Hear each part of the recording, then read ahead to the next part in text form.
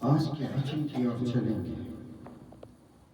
आज का वचन परमेश्वर की हजूरी में, परमेश्वर की रहनुमाई में, परमेश्वर के जलाल और परमेश्वर के फजल और परमेश्वर के अनुग्रह का है कि वो आज इस वचन के जरिए हम पर अनुग्रह, इस वचन के जरिए हम पर जलाल और इस वचन के जरिए हम पर दया करे। बोलो हालेलुया, हालेलुया। जिस समय होगा परमेश्वर की हजूरी में अपने आप को और ज्यादा गहराई में लेके जाने का, परमेश्वर की हजूरी में और ज्यादा सामर्थ्य पाने का, परमेश्वर की रहनुमाई में और ज्यादा उस सुधार करता प्रभु यीशु मसीह के साथ अपना रिश्ता बनाने के लिए रिश्ता बनता है वचन के जरिए। और वचन की समर्थ कहां से आती है? प्रार्थना के जरिए। आज हम बात करेंगे वचन में से कि हमें कैसे प्रार्थना करनी है कि वो परमेश्वर का जलाल हम पर, परमेश्वर का फजल हम पर, परमेश्वर की दया हम पर, परमेश्वर की कृपा हम पर पीढ़ी दर पीढ़ी बनी रहे। तो आज हम वचनों में से पढ़ेंगे। अगर निकालेंगे यूहन्ना की पुस्तक, उसका 14 अध्याय निकालेंगे, उसकी 6 आयत से आप 14 आयत तक पढ़ दोगे तो वहां किस प्रकार लिखा है कि परमेश्वर कैसे प्रार्थना से हमारे बंधनों को तोड़ता है। कैसे हम प्रार्थना करते हैं तो परमेश्वर की हजूरी हम पर होती है, कैसे हम प्रार्थना करते हैं तो परमेश्वर का जलाल हम पर होता है, कैसे हम प्रार्थना के जरिए वो सारे बंधन तोड़ते हैं जो शैतान ने लगा रखे हैं। बोलो हालेलुया। जिसको भी मिल गया वो पढ़ दे। यूहन्ना की पुस्तक, उसका 14 अध्याय, उसकी 6 आयत से लेकर 14 आयत तक। ये एक वचन को और सुनेंगे जो हम सुनेंगे लूका की पुस्तक, उसका 18 अध्याय, उसकी 1 आयत से लेकर 8 आयत तक। ये एक वचन को और सुनेंगे जो हम पढ़ेंगे मत्ती की पुस्तक, उसका 7 अध्याय,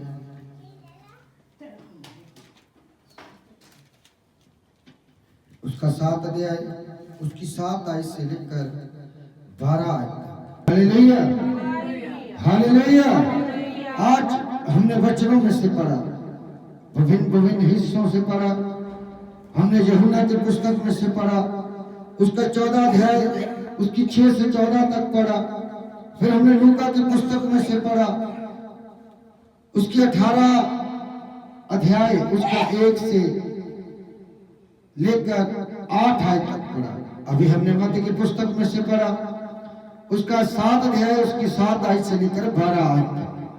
अगर आप इन अध्यायों को बड़े ध्यान से सुना है तो आप अगर एक वचन को बता सकते हैं तो उस वचन को बता दें कि इन वचनों में परमेश्वर ने हमें क्या करने के लिए बोला कि हम उसकी हजूरी में बने रहें, उसकी रहनुमाई में बने रहें, उसके जलाल में बने रहें, उसके फजल में बने रहें, उसके रहमो करम में बने रहें और उसकी दया में बने रहें, ताकि उसका प्रेम, उसका रहम, उसका फजल और उसकी कृपा पीढ़ी दर पीढ़ी हम सबों पर बनी रहे।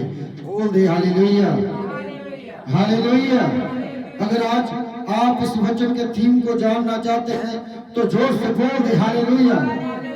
आज का वचन जो परमेश्वर ने हमारी जिंदगी में दिया है वो प्रार्थना का वचन है कि हम कैसे प्रार्थना के जरिए अपने बंधन तोड़ सकते हैं, कैसे प्रार्थना हमें परमेश्वर के और ज्यादा निकट लेके आती है, कैसे हम प्रार्थना के द्वारा अपने जीवन को सुधार सकते हैं, कैसे हम प्रार्थना के द्वारा उस अनंत काल के जीवन की ओर बढ़ सकते हैं जो परमेश्वर हमें देने को है।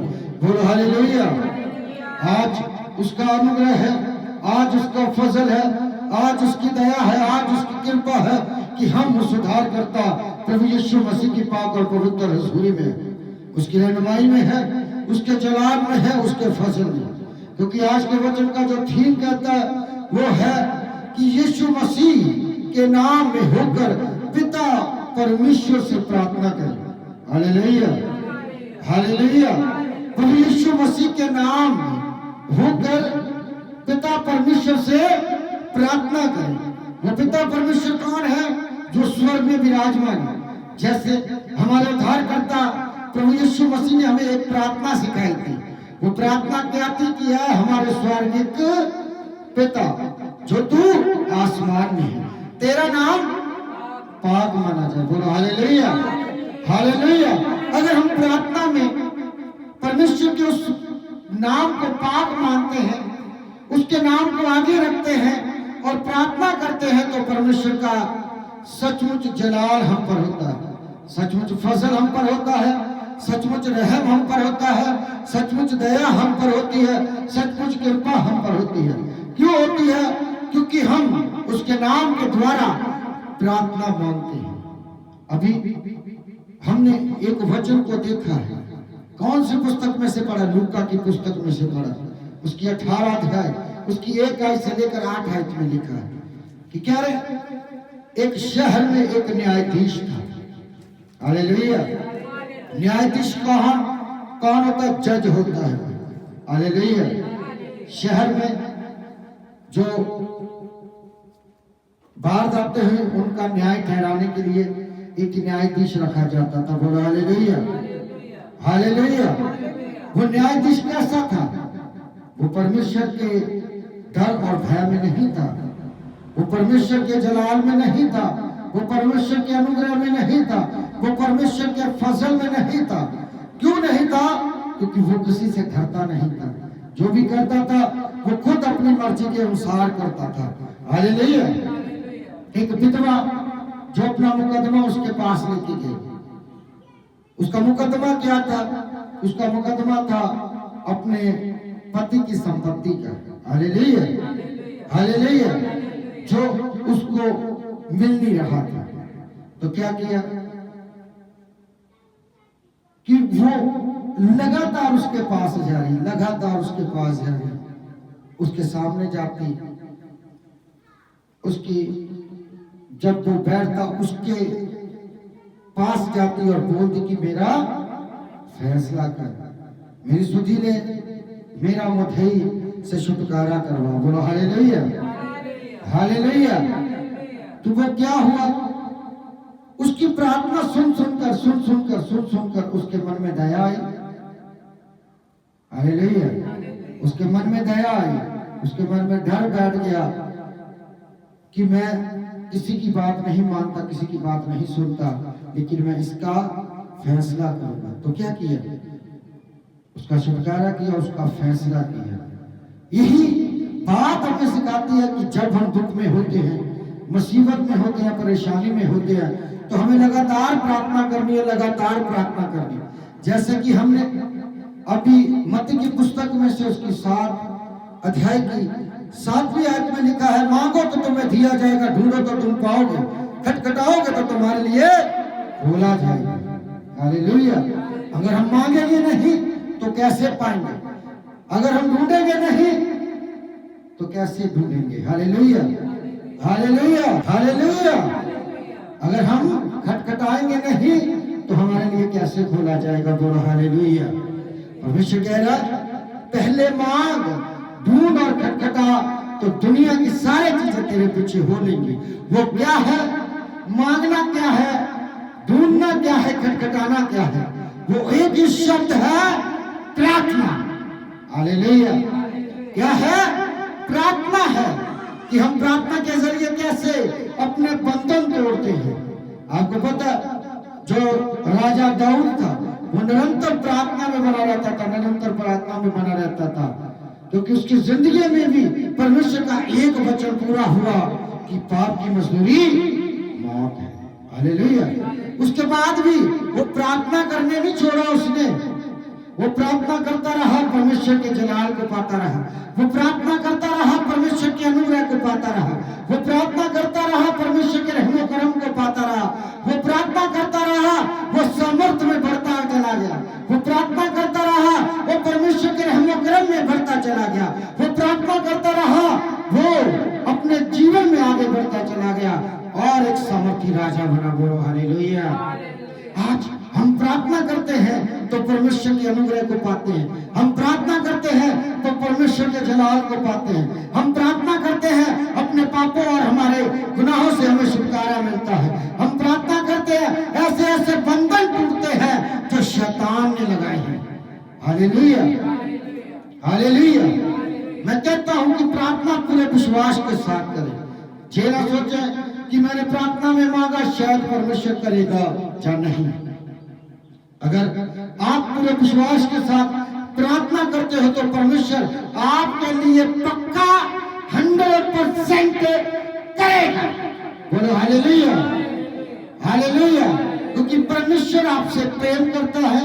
परमेश्वर ने आपके नामों को अपनी हथेलियों पर लिख रखा है। हालेलुया। दाऊद क्या करता था? जब वो प्रार्थना करता, दुख में मुसीबत में होता था तो वो चिल्लाता था। कैसे चिल्लाता था? चिल्लाया रब दे हजूर